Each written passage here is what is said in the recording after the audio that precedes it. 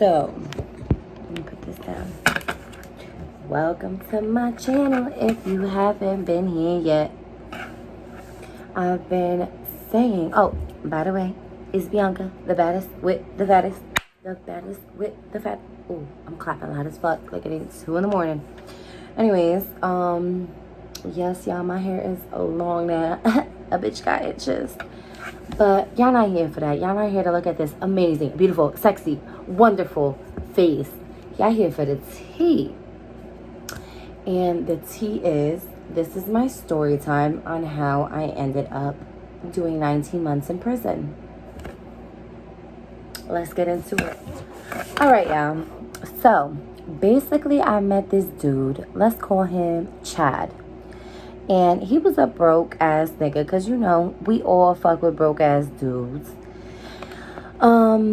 And he was trying to look for ways to come up. And he started hustling. Okay? That's fine with me. Do what you gotta do. I don't care, boo. So he started hustling. And he needed to go out of town. And he needed a ride. And, of course, me having a car. Me supporting my nigga at the time's dreams to be a hustler. Get that bread. I sure as hell gave him a ride. And when I gave him that ride, he gave me $300. And I said, ooh, quick cash, quick cash. Why wouldn't I? So then his boy ended up hitting me up like, hey, you want to go back up there for me? I'll give you $300. I said, $300 to take a fucking couple-hour ride? A couple of hours for a ride? Why wouldn't I? I'd be dumb not to. So I did it. And then I started doing it and doing it and doing it. And basically, I ended up doing my own thing up there. I ended up, you know, chilling, meeting people, doing my own thing, making money. And I was doing it for probably a year. You know, selling drugs, hustling, acting a fool, wilding, strip club every night, thinking I'm this person.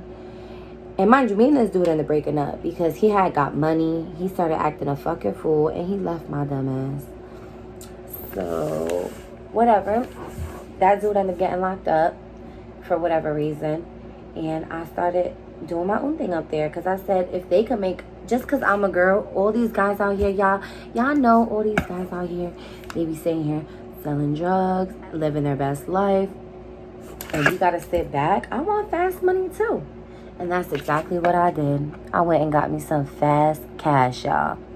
Was it worth it? Absolutely not. At the time, I thought it was worth it. Because I was sitting here partying every day, drinking, had my apartment, my own car. I thought I was living my best fucking life. Was I? I was. Do I regret it? Yes, 100%. And I'm going to tell you why I regret it in the end. Anyway, so I met this dude up there. And he started, you know, helping me out. Because, you know, where we're from, shit is way cheaper than out there. Out there, you could triple, quadruple your fucking money if you wanted to.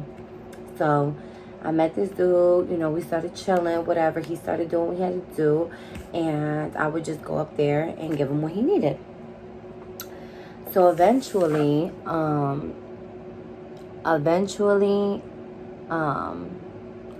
want to say like a year after I met this dude, he ended up getting caught. He ended up getting caught up with some drugs and shit. And he basically said, you know, the cops basically said, we know you didn't get all this from yourself. Like, where you got it from? And he snitched on me.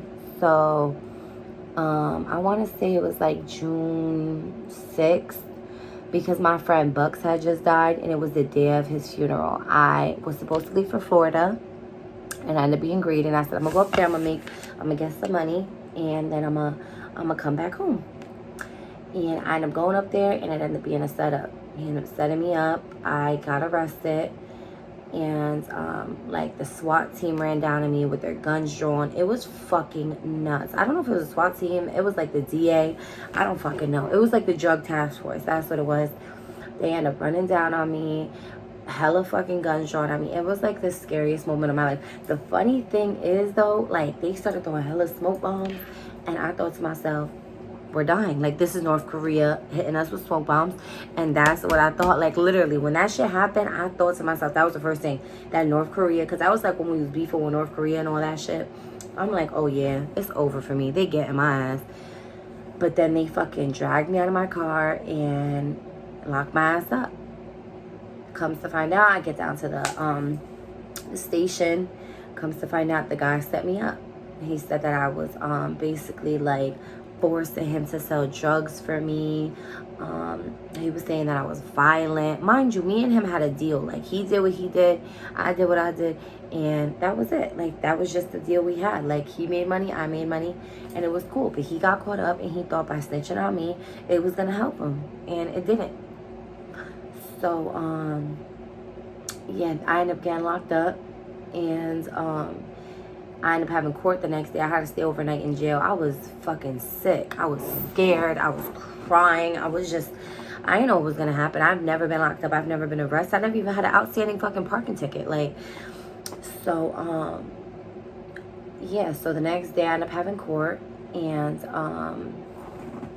I had court, and they let me off on OR, which basically means like I wasn't a flight risk, I never been in trouble, so they let me go basically until I had court again. So I had to go back up to this state when I did have court again. So mind you, I get a lawyer, whatever. She like, you good? Like, you're gonna get put on probation. You're probably gonna get put on like drug court or something. Like, it's your first charge. You're a girl. You're in college. Like, all this stuff. Mind you, I got caught with hella shit. Like, I'm not really gonna get too much in detail. I know, like, you know, like, if y'all really want to know what's good, like, all you gotta do is Google my name, Bianca Mercado, and you will see my news article, I guess. I don't know. But yeah, you know, YouTube a little crazy, so I don't want to say too much. So basically, they ended up letting me go out and get a lawyer, and I had to go back to court. My lawyer's like, you're good, you're fine. So I go to court with my mom's, and when I get to court, we start talking about my case, and my lawyer goes, you're gonna have to do 60 days in jail. When she said 60 days, I was devastated. I'm like, are you kidding? 60 days? But they're like, you could choose when you want to go. So this was January. Mind you, I got arrested in June, so it was that next January when I went back to court for it. So I'm like, I could choose. I'm like, fuck it. Like, I'm going to go in the summer. I'm going to just do my summer there, like, for 60 days, and that's it.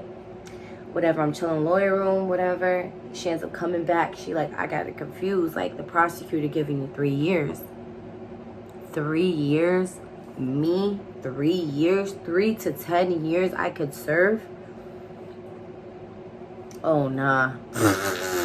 3 years? Are you fucking dumb?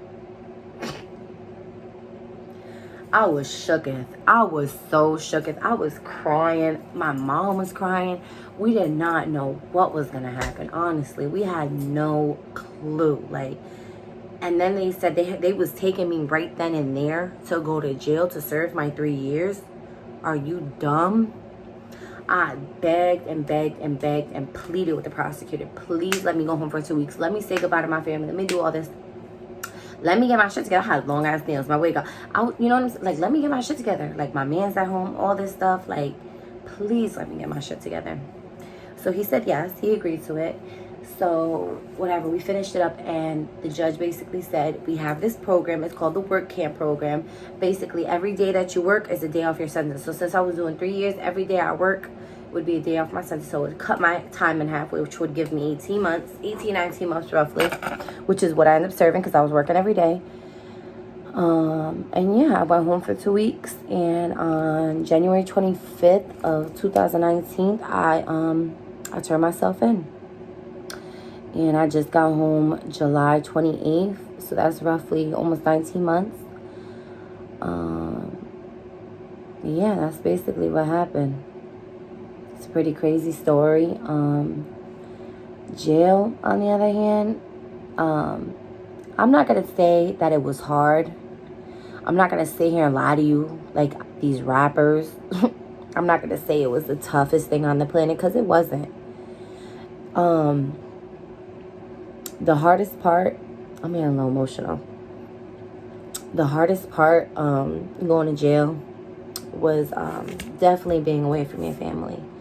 You know, like my best friend, both of my best friends, they both had kids. And then my brother had a kid, which is my godson now. And I wasn't there for that. So, yeah, that was a big,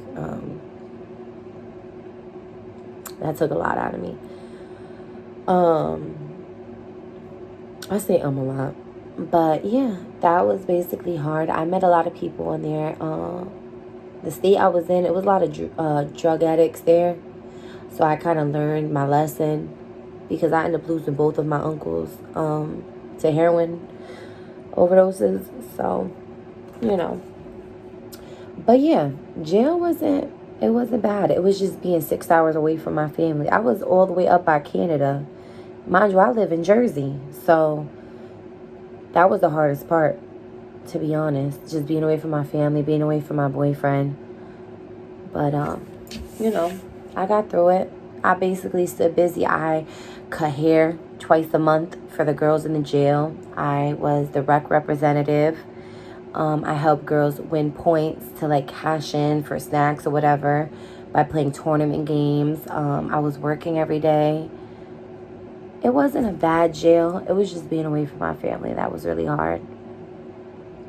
And I know a lot of y'all girls out there, y'all think y'all trap queens, and y'all think, oh, let me hold my nigga gun, let me hold my nigga money, let me hold my nigga drugs, all this stuff. It's not worth it, girl, because these guys don't give a fuck about you.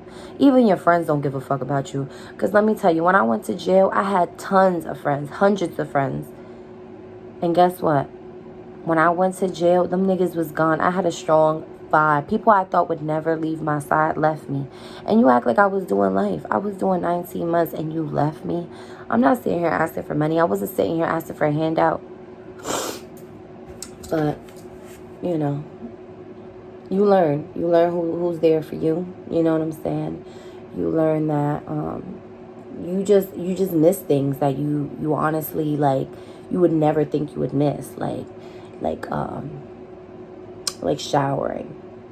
Like in jail, the showers are so nasty. There was fucking maggots coming out of it. Like, it was nasty. And the button would only last 10 seconds. Like, that shit was not worth it. Like, that's the first thing I did when I came home, y'all, is I took a shower and I cried. Like, I literally cried for probably like 2 days straight when I came home, because I was just so in shock, like, to be home, and like my anxiety was through the roof. Like, that's another thing. Like, that's another thing. Like, jail fucked me up. I feel like I'm usually wild, I'm crazy, I'm still wild and crazy, but I'm more like reserved. I'm more like, I think about a lot of shit. Like, I'm on parole, you know. But I'll definitely get into more about life inside probably my next video. I just wanted to give y'all a little rundown. But that bitch is home, looking good, feeling good. Hope. Follow me on Instagram, Tokyo Italia. Love y'all.